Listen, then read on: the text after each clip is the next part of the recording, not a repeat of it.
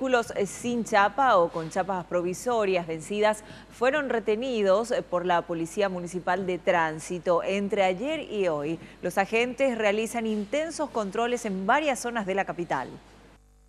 A partir de ayer, 1 de enero, la Policía Municipal de Tránsito se encuentra reteniendo vehículos que no poseen la chapa identificatoria. En este segundo día del año, solo en Asunción, la PMT retuvo 9 vehículos por esta falta. Lo que establece la ley 608/95 y a la 5236/14, no pueden estar circulando aquellos vehículos con placa provisoria vencidas y desde ya por ente aquellos vehículos que no cuentan con placa, los que no comenzaron con un sistema de matriculación del registro automotor.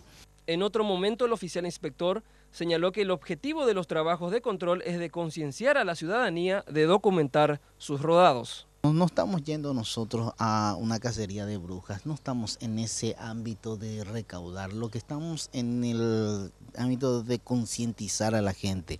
Ya teníamos nosotros más de 16 cuadras de cola cuando se complementaba la ley 5236. Vale recordar que la exigencia de la chapa identificatoria y retención de vehículos por ahora es de la Policía Municipal de Tránsito, mientras la patrulla caminera será igual de implacable, pero recién desde el mes de febrero.